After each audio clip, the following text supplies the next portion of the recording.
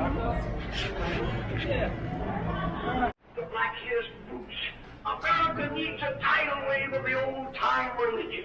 America needs to be taken down to God's bathhouse and the hose to turn on her. And the tires and barges when the wheels are not judgment are going to go That one scared me. I want to take a place in this office and join the place. That's your very last of the body. Questioning,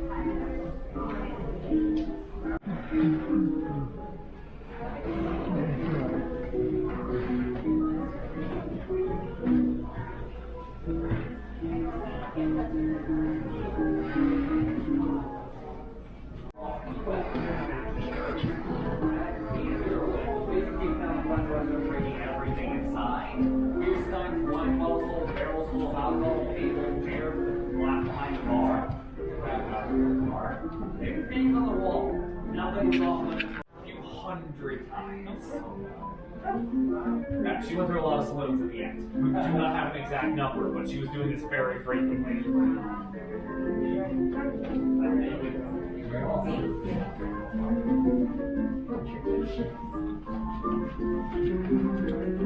Carrie Nation. Some of you guys might have heard me talking about her. But she came in here, busted up our poor bar as well as all our good booze. So unfortunately, we've got nothing left to drink in here besides water. So apologies to anyone that wants something strong. But feel free to look around. There's still plenty of interesting things to look at. I'll be happy to answer any questions you have.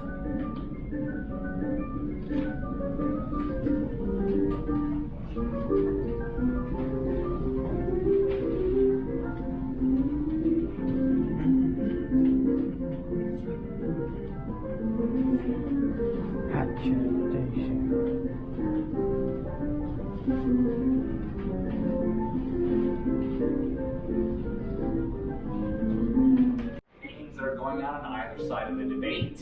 And on the drawing team, we've got this woman right here. This is Lillian M.N. Stevens. She's the third president for the Women's Christian Temperance Union, the WCTU. You might have heard them be mentioned earlier in the museum. It's one of the big groups pushing for prohibition, as well as the largest women's group in the U.S. Lillian would be a very organized woman and a very strong proponent for the cause of prohibition. She's been at this fight for a good bit of time. One of her earliest achievements being 1883, where she managed to have prohibition into the Maine state constitution. That's pretty impressive, right? One of her biggest achievements would be in 1900, and in that year alone, she managed to add 1,000 new chapters to the WCTU across the country. She's very good at what she does, and she's not going to stop. The prohibition's a reality. Now, on the wet side of things, we have a number of gentlemen that, while you might not recognize their faces, their names have a good bit of prestige to them, and you might have heard of one or two of them before, especially have a certain alcohol preference. As we have Mr. Frederick Pabst, Joseph Schlitz, Fred Miller, David Yingling. And up at the top, we got Adolphus Busch of Anheuser-Busch. Now, for Busch in particular, he was a German-born immigrant who made his fortune in the beer brewing business. And as a German, beer making and drinking was just a regular cultural custom of his. He never saw anything wrong with it, so why stop doing it? But Busch would eventually extend this into a belief that every American should be free to make, serve, and drink alcohol as they saw fit. But as you can imagine, meant that him and the Prohibitionists didn't really get along too well. But Busch and his beer brewing buddies figured this whole mess would be over pretty quickly and they'd be able to go back to business as normal. As this whole thing would probably blow over in a little bit, some of these ladies calling out. Prohibition now sweeping over the United States is only a passing craze. Is on our side, and we are going to win. We shall see who prevails, madam. I guess you guys are all gonna find out what comes next. Okay, thank you.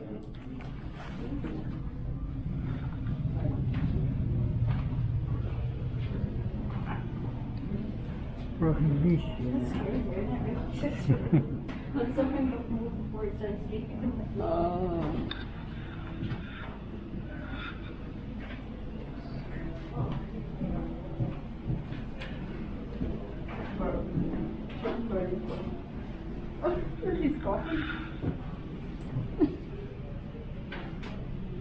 Yeah.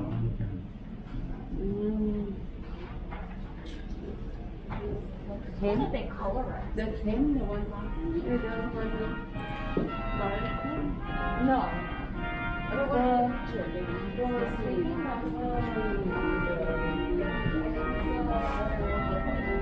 I rushed from the gallery. Church bells ringing.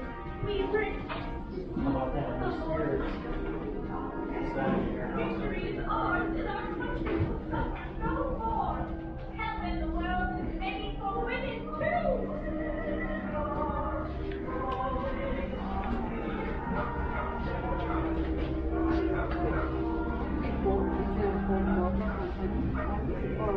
Yeah. Oh yeah, it's already I'm very important.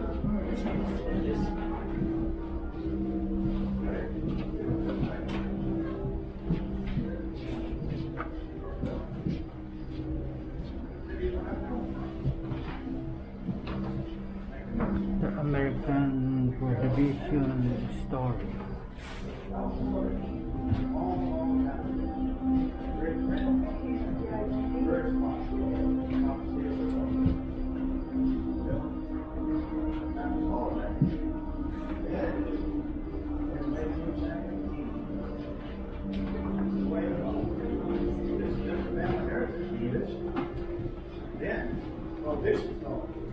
Prohibition says they make alcohol no way. Legal or illegal. All the citizens saloons closed, all the business, you cannot buy, drink, sell alcohol nowhere.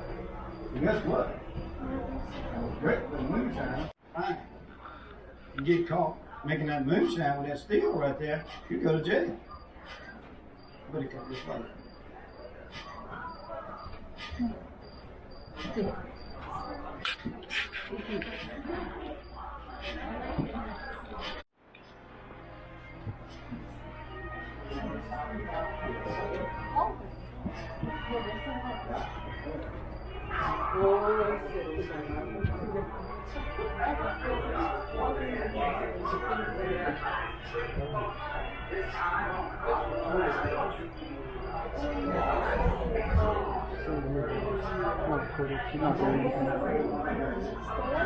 Yes.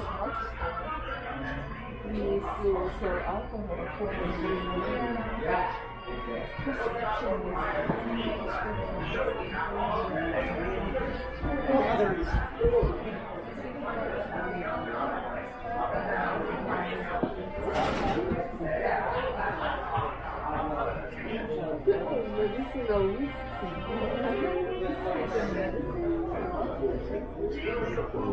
Get alcohol.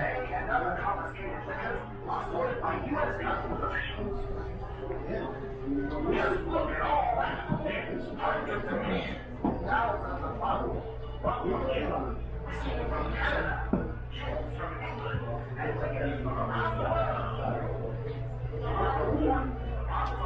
Woman meals and smash wild red.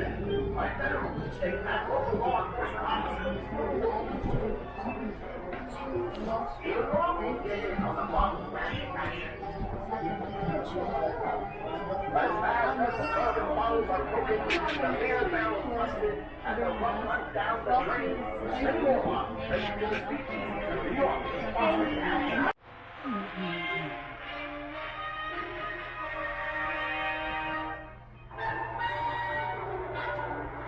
Drama on the high seas. The U.S. Coast Guard is once again chasing rum runners in their fast frigate boats, this time off the coast of Savannah, Georgia. The race is on. It looks like our boys are catching up to these slippery bootleggers from down. The rum runners have a new trick up their sleeve, a smoke screen. The Coast Guard will fire What is this? to show these outlaws that they can do Drunk? business. Up and down the Atlantic Ocean. There, that last one under the picture.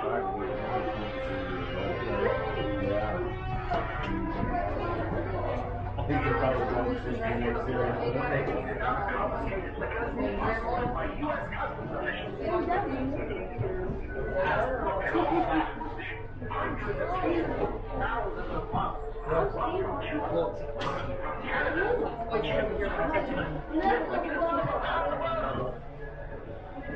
Yeah, that's old St. Valentine's Day mask. Yeah, sorry about that. It's hard to explain to the kids. No. The Indians scared them. Okay. He shot him.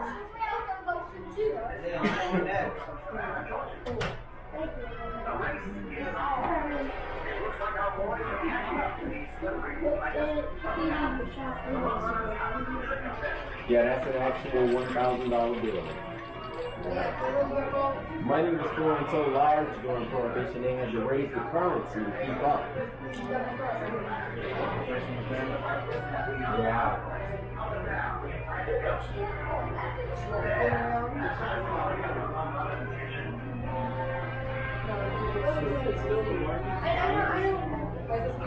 Well, you can't get it. You can't get it.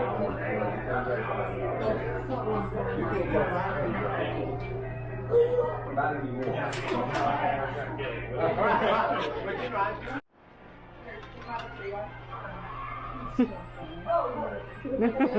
Stop.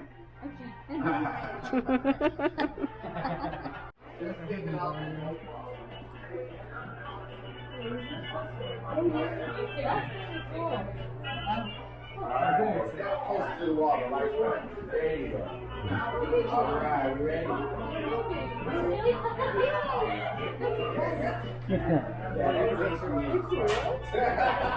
You can only go one this way. Ready? Ready? Yeah.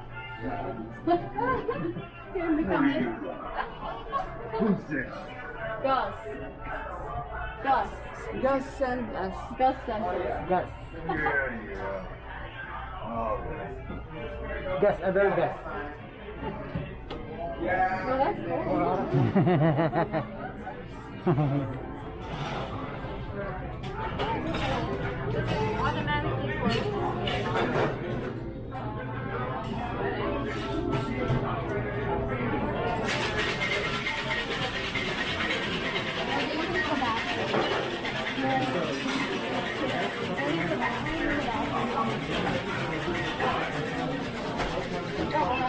There'll be no more scenes such as this. Barrel after barrel, side quick, tried by Wala, combination. apa yung magaling ang bota? Winner from the barrel, my friend.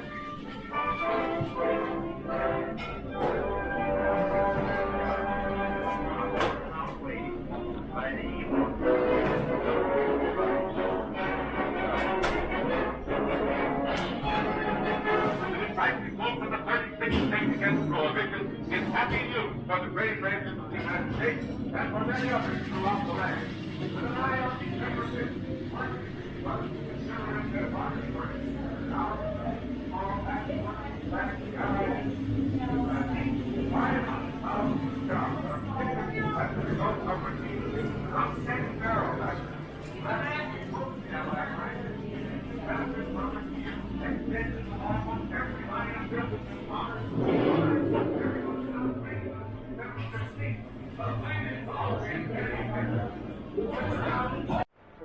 Going to speakeasy, embracing a more tolerant mixing of race.